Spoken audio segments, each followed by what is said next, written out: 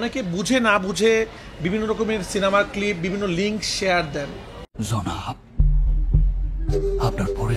বিশাল বাজেটের এই তাণ্ডব মুভিটি সোশ্যাল মিডিয়ায় বিভিন্ন সিরিজের মাধ্যমে ছড়িয়ে পড়েছে। এ নিয়ে তোলপাড় চলছে প্রযোজক এবং পরিচালকদের মধ্যে।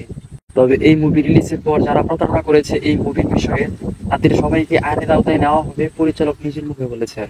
এবং যারা এই মুভির ক্লিপগুলো কেটে কেটে সোশ্যাল মিডিয়ায় আপলোড করেছেন এবং যারা শেয়ার করেছেন তারাও এই আইনের আওতায় ভুক্ত করেছেন, পরিচালক নিজে বলেছেন। যখন এটা আইনি পদক্ষেপ যখন নেওয়া হবে তখন কিন্তু যেই মানুষটা এটা শেয়ার দিয়েছেন সেও কিন্তু এটা আয়ত্তে পড়বেন। তখন কিন্তু এটা বলার সুযোগ নাই যে আমি তো এমনি জাস্ট মানুষকে দেখাইছি, এটাও একটা অপরাধ।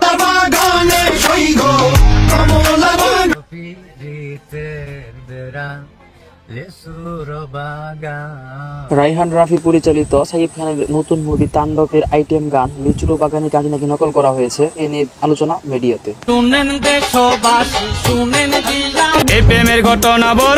যেখানে কণ্ঠ দিয়েছেন প্রীতম হাসান, নূর জেফারি।